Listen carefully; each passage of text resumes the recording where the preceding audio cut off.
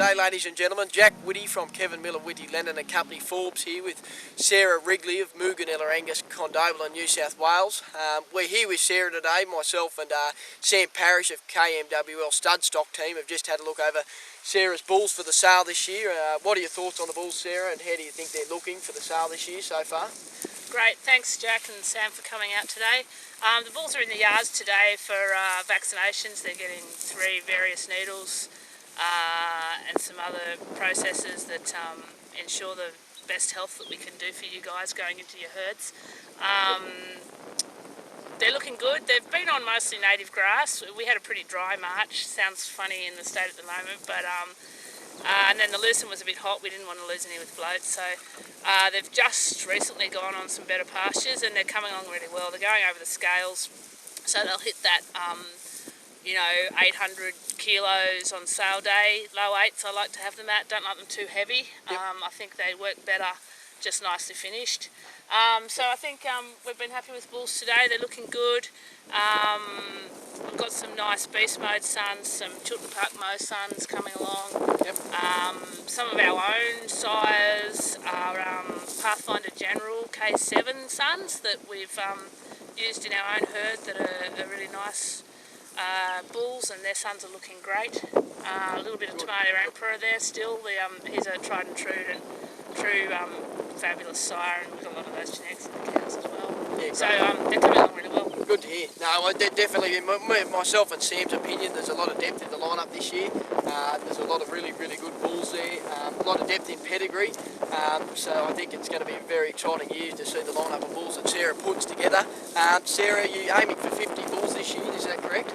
Yeah, we always aim for 50 in Forbes. Yep, perfect. These guys were conceived in 2019, which most of you might remember was fairly tough. That's right. Of course, we kept all our cows in good nick and had great pregnancy rates, but our big line of mature cows were in the far west out of Ivanhoe, Yep.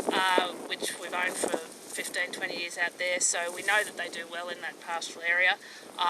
We didn't AI out there, so we relied on our own herd bulls out there. Got great pregnancy rates, but less AI sires on the mature cows because of that nasty drought we had. Condobolin didn't have a blade of grass. Yes. Ivanhoe just did a little bit better. Okay.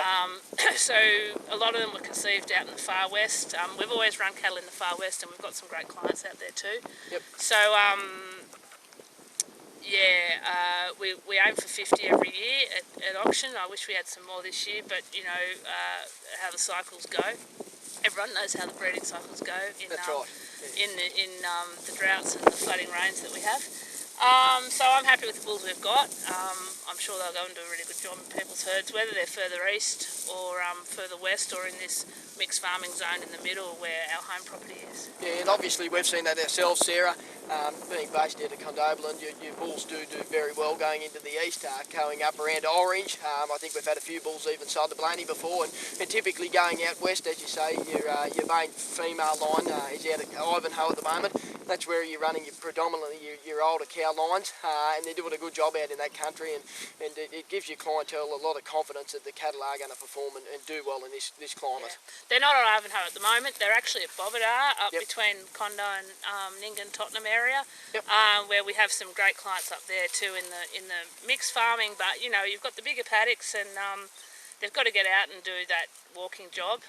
But we've got great clients, long-term clients over around Gundagai and right up into the hills east of there, that are very happy with the way the cattle do there too. And then we sell up into the stations, and they've gone right up into the far north, and they're repeat clients up there too. On some of the corporates keep coming back, so they're clearly doing a good job up there as well. That's right, it's a good indication of your cattle, Sarah. And correct me if I'm wrong, Sarah, the bull sale this year is going to be on the 5th of August, Friday the 5th of August. Yep, Friday the 5th of August, 1 p.m. in the Central West Livestock Exchange in Forbes. Yep. We've been doing that for 13-14 years now, I think. We just take them that little bit east to make sure everyone can get there, because environment and the roads out here can be a little bit challenging Tough, sometimes. that's right. Yeah, just accessibility. At So the end it's, of the day. yeah, it's great access there, and then they can shift out up and down the Newell easily from there. So we've been doing that with KMWL for a long time, and it's been working well for all of us, I think. That's right, yeah. Any inquiries or questions on the balls, please contact the KMWL stud stock team, Sam Parrish, myself, or Luke Whitty, or Sarah Wrigley at Moogenilla Angus. I think the bulls this year, they look like a terrific lineup of bulls, and we're very excited for the 5th of August to roll around as soon as possible. Thank you, ladies and gentlemen.